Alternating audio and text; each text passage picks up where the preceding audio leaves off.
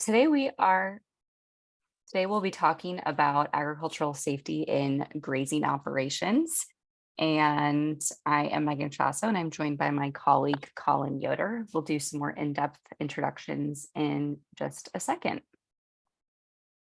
So a little bit about what we will be talking about today. So we'll do some introductions of who Colin and I both are, and then also who our organization is, which is the Upper Midwest Agricultural Safety and Health Center.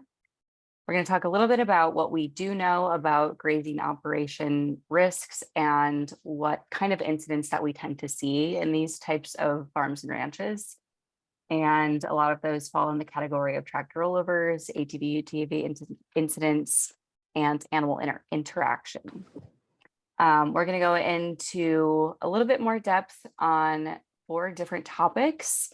And so we're going to focus on the ATV, UTV of it all, animal handling and animal welfare, particularly with bulls and dehorning, personal protective equipment, and chemical safety, and then finish up with some environmental, so cold and heat stress.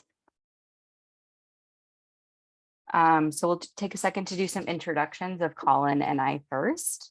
My name is Megan Shasta. I'm the Outreach Director for the Upper Midwest Agricultural Safety and Health Center. I grew up on a livestock farm in southern Minnesota, was trained as an agronomist, and now I do health and safety for folks that work in agriculture. Colin, would you like to do intro? Yeah, so I'm Colin Yoder. I'm a veterinarian. I'm at the University of Minnesota in the Veterinary Public Health and Preventative Medicine program. Prior to being here, I was a dairy practitioner for 10 years, and that was in Wisconsin and both Iowa, and the range of farms, anything from people with 2 cows all the way up to 5,000 in an operation. Fabulous. Okay, and so a little bit about the center that we are representing today, which is UMASH, the Upper Midwest Agricultural Safety and Health Center. We are one of 12 centers across the country that are funded by CDC or NIOSH, the National Institute of Occupational Safety and Health. And ultimately, we're funded to improve the health and safety of folks that work in agriculture. So that typically involves everything from researching to better understand what kind of risks and exposures people have while working in agriculture, to doing outreach, education, interventions with folks that are out there actually doing the work. So events like this. And so we wanted to start by talking a little bit about what do we know about grazing operations. And I will start by saying we can think about a lot of the generalized agriculture and farm statistics as being very similar to a grazing operation. But when we really look at what's happening around livestock, in pastures, in grazing operations, we do tend to see some differences. So Ag Injury News is a free database that exists. What it does is it aggregates newspaper clippings, and it's searchable by state, by incident type, whatever you may want that to be. And so I pulled a number of these clippings, and these come from search terms like grazing and pasture, and a few trends immediately emerge. First, we see a lot of animal interaction injuries. Not surprising, in dairy grazing, you have livestock. We see in particular a lot of incidents involving bulls. So you can see up here, and then further down, we see a bull, and we also see interactions between livestock and ATVs, UTVs cause incidents. And overwhelmingly, we tend to see that ATV, UTV incidents are incredibly prevalent in livestock and grazing operations. It's not terribly surprising, as we know that the terrain is everything from rocky, hilly, there may be ruts, streams, all kinds of unexpected terrain. And the other piece I wanted to point out about these clippings is they are from all across the country. They're involving folks of all age groups, and they have these patterns that are also emerging. So this kind of helps to set the stage for the topics that Colin and I are going to talk about and hone in a bit more on. And fortunately, even though we see these kinds of incidents, which are all horrible stories with real people behind them, we also know that with all of these topics, these incidents are preventable, and there's plenty that we can do to keep these kinds of headlines from showing up in the newspaper and to keep your operation, your family, whoever it may be, safe. And so I've mentioned the ATV and UTV of it all, and so that's where I am going to start in today. So ATVs and UTVs, also known the acronyms for all-terrain vehicles and utility terrain vehicles, these have incredible use on the farm, and they're also great for leisure and for just enjoying the space that you likely have as a farmer or rancher. And we also have seen that they are really increasing in numbers. During the COVID-19 pandemic, for example, most of the places that would sell these machines were nearly sold out. So we know that they're even more common than they were prior to the pandemic, especially with children. And while they're not only increasing in numbers, they're oftentimes increasing in size. And I'll talk about why that's a consideration. But as we've seen, they're a big source of injury and fatality on the farm across the age range. We're seeing a lot of incidents with youth, but also middle-aged adults and older adults as well. So as you can see here, this helps paint the story of how much respect we need to give these vehicles and how important it is to be safe around them, with over 50% of work-related deaths on ATVs involving agriculture. A lot of reasons behind that. Many of them we've already talked about. So they're oftentimes being used with things like tanks on the back or in terrain that folks may not be always paying attention because they're working or the terrain is rugged. So most of the deaths that occur from ATVs result from rolling and some kind of crushing injury. And many of them the injuries become worse as the weight of the machine increases. So that's why the increasing weight of machines over time really matters to think about. And we'll talk a little bit about crutch protection devices in a minute. So what is it that we can do with these machines and around these machines to keep the folks that are operating them healthy and safe and enjoying them for what they are? First and foremost, I always start with PPE, so personal protective equipment. With ATVs and UTVs, helmet is the first piece that I talk about and arguably the most important. Helmets also, the fit is really important. So they need to be snug. They need to be clipped in so that they don't fly off if something happens. Something else that we try to emphasize is that children need helmets that are sized for their head. And also, if a helmet has been involved in any sort of incident, it is necessary to then replace that, because the wear and tear of, a helmet hitting the ground or whatever it may be, it's done its job, but it also means it will need to be replaced.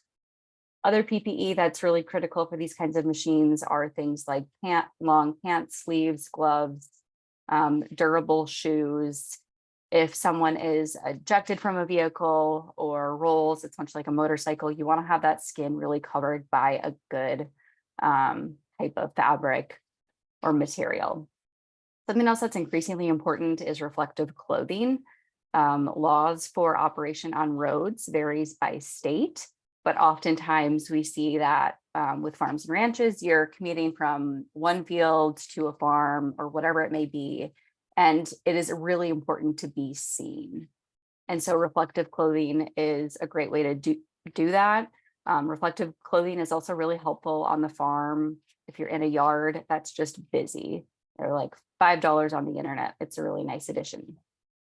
Something else that I talk about a lot is how important sizing for the operator is. And so with youth, that oftentimes means that they should be operating that is smaller in size. And the thing that I like to talk about a lot is that youth-sized UTVs and ATVs hold their value really well. And so that's really nice for parents to know that, you know, kids grow like weeds, and it can seem like a barrier to buy something that's youth size, but those tend to really hold that value and be good investments. I'm going to talk more in detail about crush protection devices in the next slide. It's much like a roll bar for a tractor. Oftentimes goes without saying, but I say it anyway, single passenger riding on single passenger vehicles. They're designed for that one person, and that is going to keep folks the most safe. UTVs oftentimes have 2 seat belts, so it's designed for 2 people, even 4 or 5. And then finally, I really recommend, especially for youth or young adults, hands-on training. I physically am in Minnesota, but we have training through organizations like 4-H Extension and our state DNR. And folks can typically find that at the URL on this screen as well. And this organization does all kinds of training, and it's fabulous.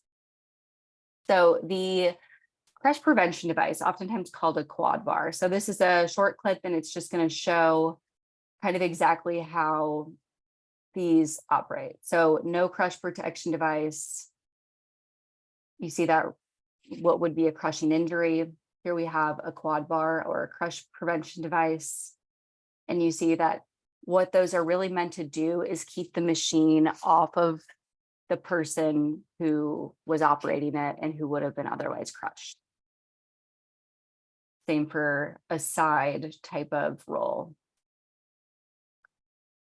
Also a great idea for tractors, especially we know a lot of grazing land tends to be hilly land. Rollover protection structures for tractors are 99% effective at preventing death when used with a seatbelt. So when they're used properly, I linked the funding program. There is a cost share that will help folks with those retrofit tractors that were not originally designed with a roll bar. Okay, and then a little bit about handling. So a number of these photos are taken from an ATV tilt table. So the rider is not in full PPE, but it helps demonstrate how handling is really an active sport. So being engaged in the handling of that machine. Going down a hill, we typically like to see people shift their weight back. This is why size is so important. You should be able to lift your body and shift back and keep your feet flat on that footstool surface. We see on this machine also the crush protection device. Similar story for when we're doing things like going around turns, shifting the weight. So you're leaning into that turn. Same thing for going up hills. This is all to demonstrate that operating these kinds of machines is an active experience. It demonstrates why size is so important and why things like training in person can be really helpful, because you can learn these types of handling experiences. And something else that I really want to make sure to hit on is the importance of the difference that handling can be when you're operating a machine with a tank on it. We're seeing more and more machines with with tanks on the back for spraying, watering, whatever it may be. And what's important to know is that these tanks are going to change the center of gravity. And that's typically going to make that machine much more likely, much more susceptible to rolls. So they're top heavy and more susceptible to those rollovers. In addition, as I think most folks know, that sloshing can really just create an additional handling challenge, especially for less experienced riders. And I'm not going to go through all of these points. It's a great spot to pause this and read them or review the slides. But it's an incredibly important consideration to have, that it's not quite the same as going on a joyride as when you're handling a machine with a tank. I pull up the story again, not going to go into the entire details, but We also have a project called the Telling the Story Project, where we interview farmers and ranchers and families who have had a close call or a injury or even a family fatality about what it was that happened. And this is a story of a farmer who was out on a four-wheeler with a tank. He was in a pasture, snuck up on a ravine, and the machine rolled, trapped him, and he's fortunate to be alive. But it's a good story to demonstrate that we really are all at risk, and to understand that means that we can be better prepared when we do go out and do these jobs. These are kind of the key tips to remember, and really a overview of much of what I've talked about. You'll also notice in the bottom of these videos, I've got a number of YouTube videos linked with either trainings or highlight videos that are incredibly helpful for thinking about how you might improve your safety on ATVs and UTVs on the farm. With that, I'm going to turn it over to Colin to talk a bit about the animal components. Yeah, thank you, Megan. And so we're going to talk a little bit about animal behavior, animal handling and behavior here. And a number of these things will be things that those of you who work with animals every day, you know these things. So animals can be unpredictable. We don't always know what they're going to do, but solo animals, even more so, can be unpredictable.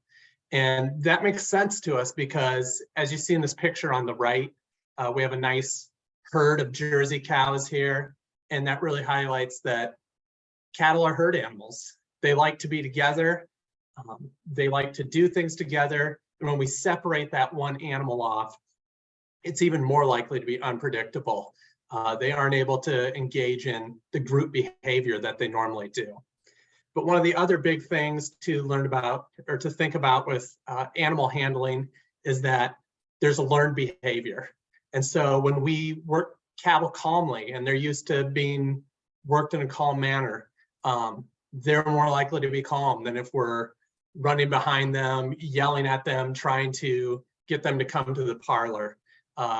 Having one separate out from the group and being in a rush to make sure that we get them off pasture, get them up to the parlor, and we can milk them.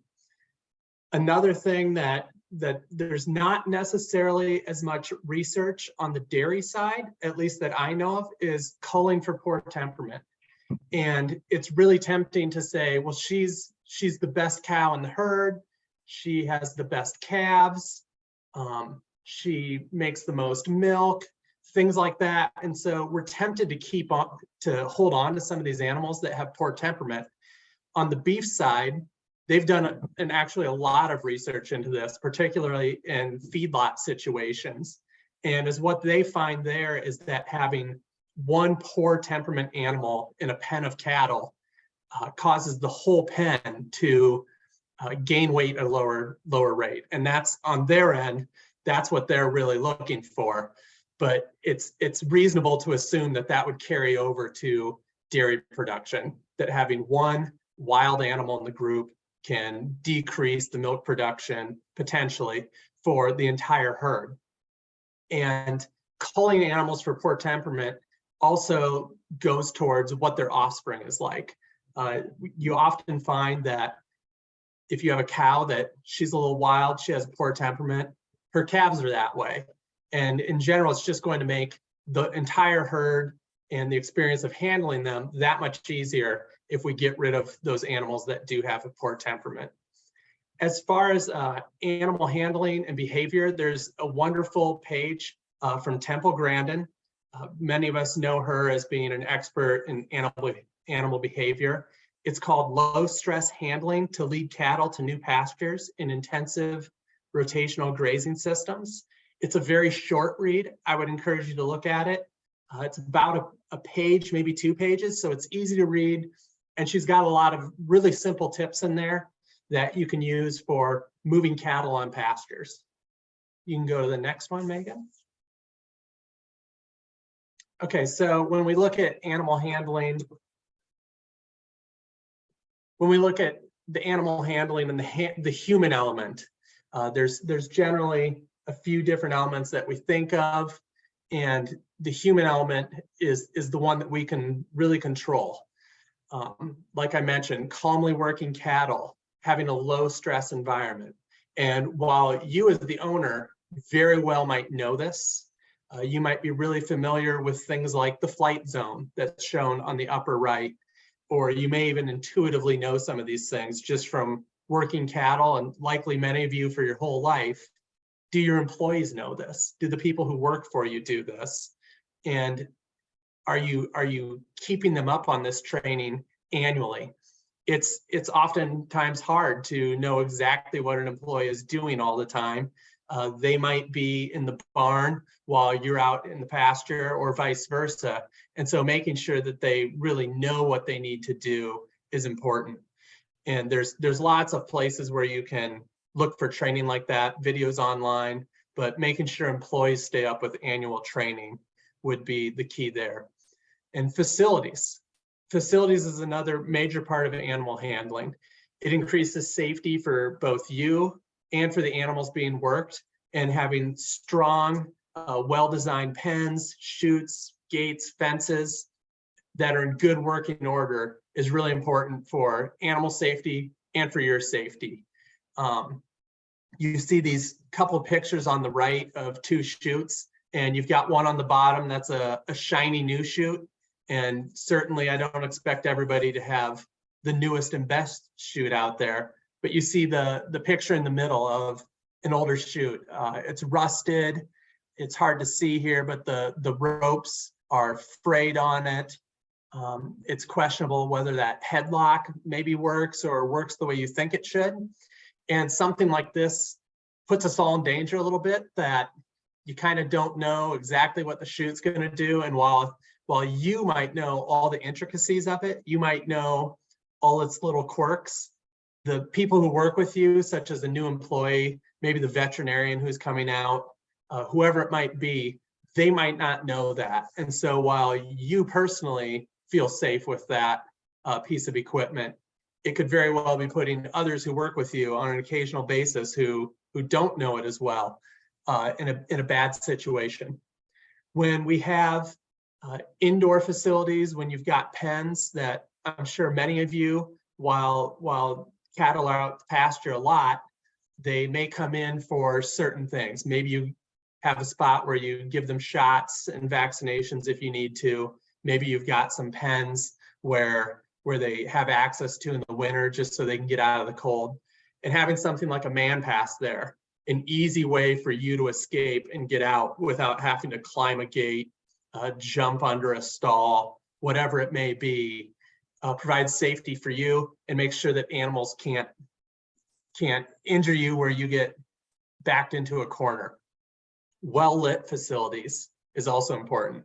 It helps you to see where you're going, but cattle also are more likely to go into a place where they can see what they're looking for. That cattle's sense of vision isn't quite the same as ours, and they can be hesitant to go into a place where they're not sure what's in there. So giving them that opportunity to be comfortable when they're going places helps keep them calm, but it also helps keep them moving in the direction that we want them to versus unexpectedly turning on us. Another thing that's both great for you and for cattle, good traction. And to do that, it might not always be easy. When you're on pasture, there's areas that get muddy. There's areas that are just hard to keep with good traction, but where you can, you might have to bring in gravel, sand. If it's in a barn facility, on the way into the pasture, for example, you may need to roughen concrete, and that's going to make it better for both you and the animals. And all of this might mean that you need more than one facility to do things. It's really tempting to have the one chute, for example, that we do everything in. We trim feed in it, we do the preg checks there, we vaccinate animals as we need to, we treat animals if we need to, and that one chute might not be ideal for everything. And the same goes for pens and gates and fencing and all those sorts of things. If you have a situation that doesn't accommodate everything, you might have to think about more. Next, Megan. And bull safety. We all know this, that no bull is totally safe. And when you look at Bureau of Labor statistics, bulls account for 48% of the cattle-related injuries, but they're only 2% of the nation's cattle. So they far outweigh the number of injuries for what they should.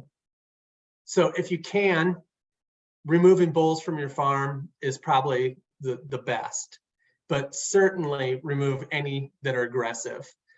Many of us, it's difficult to have a situation to maybe AI the animals or watch them for heat or things of that nature, but there's ways around that, and facilities like we mentioned on the previous slide is one of them. If you do have bulls, it's best to keep them in groups with other animals. They're going to be less unpredictable that way. And one of the things that you can help with keeping their behavior in check is raising them in groups. You want to start that when they're 6 to 8 weeks old, and that way they get used to being around other cattle. But also with baby bull calves, it's really tempting to pet baby calves or let other people in the family do it, maybe your children. Pet them on the head, and that teaches them that using their head against you is something that's okay. If you do have a situation where you have bulls on the farm, they're often going to stand sideways to you before they attack. That helps them to look bigger to you, let them show you how big and dangerous they are. And so when you see a situation like that, you know that you probably need to get away. And this last line about having facilities which contain the bull, that's obviously important. You want strong gates, you want good facilities again, but you also need things like man passes that allow you to escape a bad situation. Megan?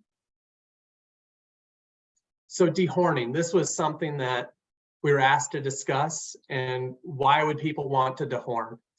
The bottom of the screen here is the statement from the AVMA, which is the Veterinary Medical Association. And they have a whole section on their website about dehorning, but there's also a number of extension groups that have things about it. But the big things to take from this is that cattle are easier to handle and they're less dangerous for handlers. They also take less space at a bunk. So if you are using a bunk at all, which given that most of your animals are on pasture, they do need less space at the bunk. You may be doing some supplemental feeding in a barn facility during the winter. And they also pose a reduced risk of injury to the other cattle. So you're going to see decreases in udder injuries, flank injuries, potentially eye injuries, and some of these can be from cattle just being ornery and trying to establish dominance amongst the group. But they can also be from ill-tempered animals that are actually trying to hurt you or somebody else and inadvertently injure other animals. And when you take away horns, this also takes away the opportunity for them to show that dominance and to really express it with other cattle. Again, referring back to beef animals, when they go to slaughter as well, which at some point in time, all dairy cows will end up being a beef cow. They find that injuries to the animal, injuries such as bruising, cuts, things of that, they're lower in cattle that are dehorned. And so that speaks to those types of injuries that can be caused from dehorning. You can go to the next one here. So if you are going to dehorn, if you aren't already doing this, you might be wondering, how do I go about it? Why should I be doing it? Well, we covered why you should be doing it, but what exactly do I need to do? And there's two terms, disbudding and dehorning. And it seems like they're not really different, but the difference is disbudding is when they're younger than 8 weeks. And ideally we would do this somewhere at 4 to 6 weeks. That's going to be one of the earlier times where you can feel by hand rubbing on their poll, you can actually feel where the horns are. If if you want to do it at less than 4 to 6 weeks, you can use paste, and paste works really well.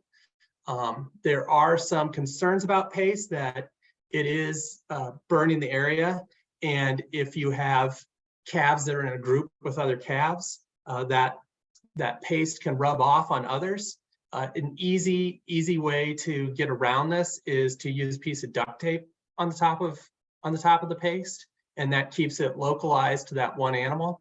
The other thing that works really great is an electric or portable butane iron, and that's what you see in the picture on the right. When you do this, we want people to think about pain management for the animal. So a local lidocaine block, and if you're in an organic situation, you can't use all the drugs that you would in a conventional system, but you are allowed to use aspirin and flunixin, Banamine. They don't last quite as long, but they're things that you can do to try to manage pain. And if you're in more of a conventional situation, meloxicam, it's an NSAID, same class of drugs as like ibuprofen would be for one of us. These give a little bit longer duration of pain management, and that helps keep you covered for a while. The lidocaine gets you pain management right when you do it, and the calves will actually act a lot calmer, and they'll hold still better for you. And so it makes the work easier and safer on your end. And then the meloxicam or flunixin gives them a little bit more long-term pain management, so that we're practicing good welfare on our calves when we do something like this. And the last thing that is kind of the easy, to a degree, solution to all of this is polled genetics. There's polled herds for both genetics for both Holsteins and Jerseys. I've seen herds that have done this. It can be a little difficult to find AI bulls that exhibit the polled trait, but when you do find them, it's a dominant trait. So it's relatively easy over the course of a few years to really get rid of most of the horns in your herd. And then going forward, you don't necessarily have to worry about it. And that gets rid of the entire issue. You don't have to worry about welfare issues with dehorning them, or whether or not it's something you want to introduce to your herd for other reasons. Next. And so the next thing we want to talk about is PPE. And many of you know about PPE, but it's not something that we are always the best about doing in action on a farm. So on the right side of this, and this goes back to some of our previous slides, particularly about bulls, we have a hierarchy of controls. And the hierarchy of controls is something that we like to look at to say, what are ways that we can make ourselves safer on a farm? So at the top, the biggest, most effective thing is elimination. So if we can get rid of the situation entirely, that's the safest thing that we can do. And as we move down, we see substitution. So getting rid of the bull from your farm and switching to AI, that would be an elimination and substitution type action. Engineering controls, something like improving your facilities. While you still are working the cattle, you're potentially isolating people from it when you build a nicer alleyway or put a man pass in. That way you can get away from animals. And as what you'll see is at the very bottom, while it's not unimportant, PPE falls there. So PPE is kind of our last line, but it's important. When we can't do the other things and we're in a situation where we really need it, PPE is important.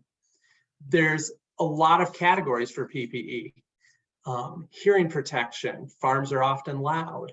Respiratory protection, eye, foot, hand, head, body protection, and fall protection. So if you have large silage piles or you work on silos, fall protection becomes really important. And that's something that we can potentially overlook. Okay. Next slide. So instead of going through each type in each piece of PPE that you might use, it's important to understand what type of PPE you need to use, what types of situations require different things. So when you're working with cattle in general, and you're out in the yard doing things like that, gloves, some coveralls, boots, things of that nature are relatively easy to know that we need. But you also work with a lot of chemicals, whether those be insecticides or chemicals that you might handle in the parlor, herbicides. There's a variety of chemicals that you'll use. And all of these have a label. And if you can't find the label on the bag, or it's gotten bad and you can't read it, you can often find these online. And as what you see on the right is a full label. There's a lot of stuff there. It's often really small print and hard to read, but it has all these different sections. There's sections about how do you use it, what environmental hazards are there, what first aid do you take, but there's always safety recommendations. So when we blow that up on the left side, we see that users should, on this one, they should wash their hands thoroughly with soap and water after handling this, before eating, drinking, chewing gum, using tobacco, or the restroom, and they should wash contaminated clothing before use. And one of the other things that they'll say is they'll give a warning, and these aren't always in the same spot on every label, but down in this warning section, they'll list off the type of PPE that you need to use that product and be involved with that activity. So in this one, we see all mixers, loaders, applicators, flaggers, and handlers must wear long-sleeved shirt and long pants, shoes and socks, plus waterproof gloves, protective eyewear, and they list that you can use goggles, face shield, or safety glasses, and a chemical-resistant apron when mixing or loading, cleaning up spills or equipment, or otherwise exposed to the concentrate. And they say, see engineering controls for additional requirements. Next one. But is what you'll see in this picture here, it's a guy exhibiting these PPE. So normally we might just wear our shirt and sleeve. Maybe we've got a pair of gloves. But is what this picture really shows is what does proper PPE look like. So we see the long sleeve shirt and pants. That looks pretty normal. Shoes and socks, we can't see him here, but he should be wearing closed-toed rubber vinyl boots, something that's waterproof and spill-proof. Waterproof gloves, and is what you'll see him wearing here. It's not a pair of leather gloves. It's not gloves from the parlor. These are thicker, chemical-resistant gloves. Protective eyewear. In this one, he's wearing a face shield, but as we saw on the label, he could be wearing a face shield, goggles, or glasses, and he has an apron on. Next. So this is a different label. These are a couple different labels. And on these, the one on the left, we see many of the same things, but they go as far as to specify how thick your gloves need to be. They need to be greater than 14 mils thick. And they also say that you need a NIOSH approved respirator with any RP or ME filter. And so that's something that we didn't necessarily see on the other one. But when we look at the one on the right, all they say you need is long sleeve shirt and long pants, shoes plus socks. So that's really simple and easy for us to do. And the point is just to demonstrate how different these things can be. Next. Oh, there we are. Back to you, Megan. Fabulous. Thank you, Colin. When we were planning this webinar, we were asked to talk about heat stress, but it's January, so we threw in cold for free. And that's where we're going to start. So it's not uncommon in agriculture to have long exposures to cold. And this slide highlights a number of the main kind of outcomes that one can have in different kinds of cold exposures. Some we're more familiar with than others. So right off the bat, hypothermia. We've all heard of it since we were kids. And this slide does a nice job of listing out what that can actually look like, because a really important part of both cold and heat stress and safety is recognizing what those early signs of sickness look like. And so we can see cold temperatures are really going to contribute to these two sicknesses or outcomes. So hypothermia and then chilblains, which is a skin condition. And then especially in the Midwest, but kind of all over, high winds are not uncommon and are a really big contributing factor to extreme cold in the winter. So that's where we really start to think about frostbite, which is the literal freezing of skin and tissues.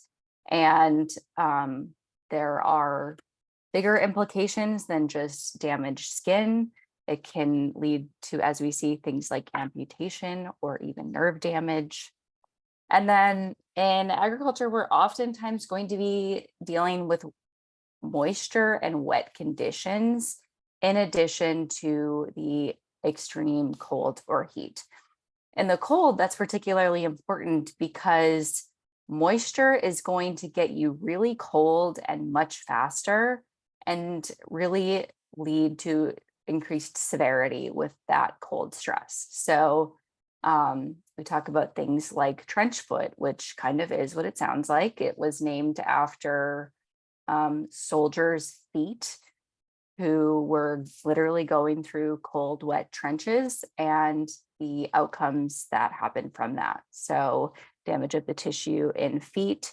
So we talk a lot about how important it is to dress for the cold. And I have a couple of slides around what that can look like, because it's a bit more technical than I grew up knowing, for example, and I grew up on a farm. There is a method that can make working in the cold both less uncomfortable while also not, limiting your mobility, so that you can do that work. Okay, so how do we prevent some of these cold stress issues? The biggest help in the cold is going to be wearing the appropriate clothing. So when it's really cold, so I tend to think about like single digits and below zero, all skin really needs to be covered, which can, be kind of a whole process, but we'll talk about it. Footwear, as I've talked about, is really important. I'm going to talk a little bit about what that looks like, but typically wool socks, and wool is not as uncomfortable, I think, as it used to be. And then having shoes that aren't too tight. We're typically kind of, steel toe shoes in the winter.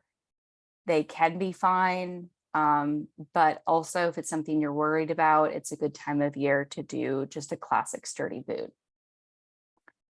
Dressing in layers. And then, like I said before, really avoiding getting anything wet. And if it does, taking it off and replacing it immediately. So what does actually that dressing look like? A lot of words on this slide. Again, good one to take a picture of or come back to. There are tons of resources on this. But we typically talk about this in layers. There are a lot of graphics too, like this one in the upper right, that talk about the chilly cold or extreme cold, because how much you need changes as you progress. But I'll sort of talk through these 7 steps. So the base layer, this is the thing that's going to be on your skin. Something like a synthetic wool, synthetic material, or a wool.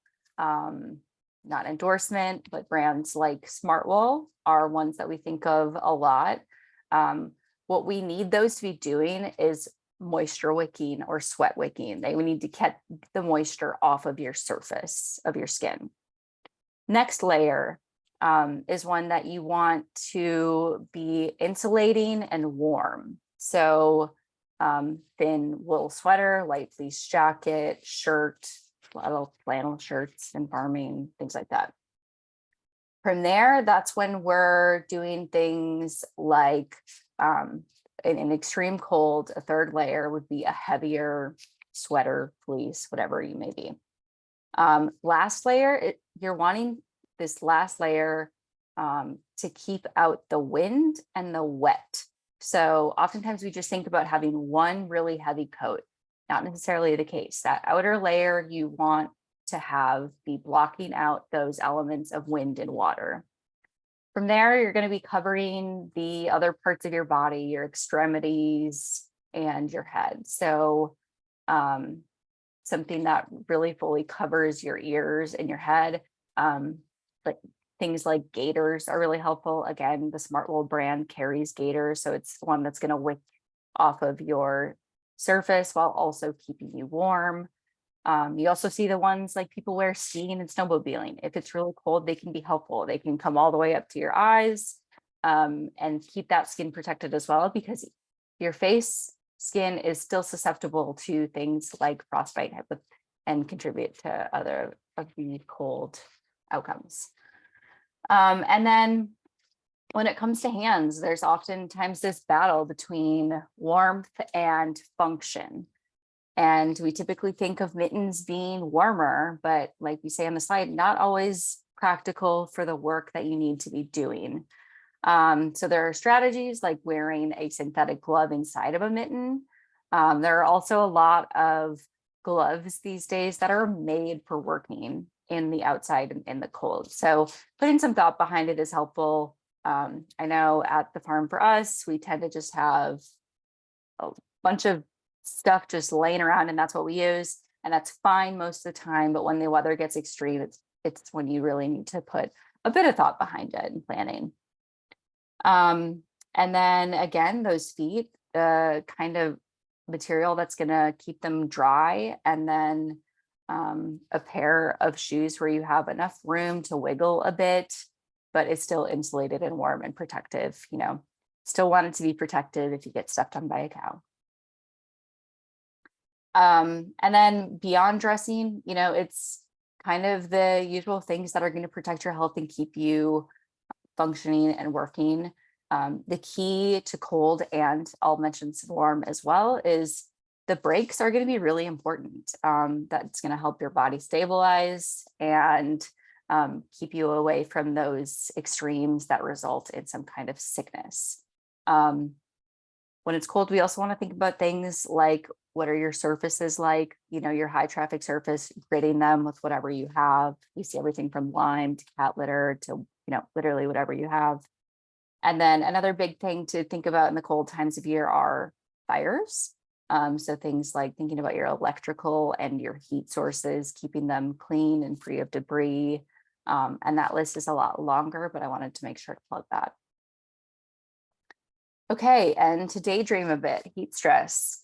So not so different than cold, realistically. So a lot of the tips are going to be around really thinking about how you reduce the amount of time you're going to be exposed to that environment. So we see things in all kinds of industries around shifting the time when you're doing really labor intense work into the less hot time of the day, which is typically going to be the morning. It stays really warm really late in the day when it's hot.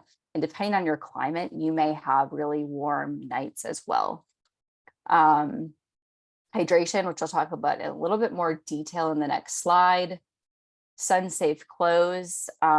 These are going to be really protective and helpful beyond things like sunscreen, and sunscreen also has to be reapplied. So typically when I think about sun safety, it is a set of things you're going to be doing, not just a single thing. And the heat index is a big one. We hear about the heat index a lot. We don't always think a lot about what it means, but it's based on temperature and humidity. And so that's really supposed to help you understand what it actually feels like out there. But the thing to think about with heat index values is they're created for a shady environment. So if you're in the sun, it could still be, you know, say the heat index is, they say it's 85. It could be closer to 100 in the full sun. So food for thought. And like a lot of things, acclimating gradually over time is going to be really helpful. Helps your body get used to it so that you can actually tolerate a bit more. This picture shows a sun shade of, this is on a vegetable farm in California, but just having places for folks to go will make a big difference. You can keep water there. And then typically the three things we want people to remember when they're working in the heat is water, rest, and shade. There's three really important tools. Okay, and then down here at the bottom, I talk about the heat safety tool, and I actually have a very short walkthrough of that coming up. But first, sun protection. So I already talked a bit about this. It's not just about sunscreen. It's not just about a sun shirt. It's about, having kind of a full strategy of a brimmed hat, taking breaks, staying hydrated. We typically prefer to see people using a mineral broad spectrum liquid sunscreen, but put on what you can tolerate and what you like. And then this actually comes out of the military, and it's a bit more technical than I'm going to go into. These numbers, for example, are work to rest. So 50 work minutes to 10 rest minutes is what's recommended for moderate work at these temperatures. But having something like this on hand, it can be really helpful to actually conceptualize how much fluid intake someone needs to be doing, because otherwise it's just incredibly abstract and hard to know. But in general, when it's really hot and you're working hard, more than you think. Okay, and then I am going to close in the heat stress and our presentation. So this is that NIOSH OSHA app. Even though it has OSHA in the name, it has nothing to do with being regulated. It's just a free app. So when I was putting this together, the only place I could find that was warm enough to do much with was Miami, Florida. That's January. But so on the day that I did this, it was 83 degrees at 1 p.m. And we can see that it tracks through what it will look like throughout the day. It'll throw a warning once it gets warm, and then tell you recommendations, planning, what to do, work and rest, training. And you can also see this all in Spanish, which can be really nice. As you see at the bottom, there are other tools within this app around symptoms. So some of those symptoms of heat illness, which I didn't talk about in detail, what kind of first aid, and a ton of other resources. So there are a lot of tools like this out there. Colin and I really just scratched the surface today, but it's one that can be really helpful to have. Okay, and with that, we have some time for any questions if there are some, but otherwise we are on all of the platforms, and we have a website as well as an email list we send out to regularly. So that can help you just regularly get resources and keep safety on your mind. And we appreciate you engaging with us today.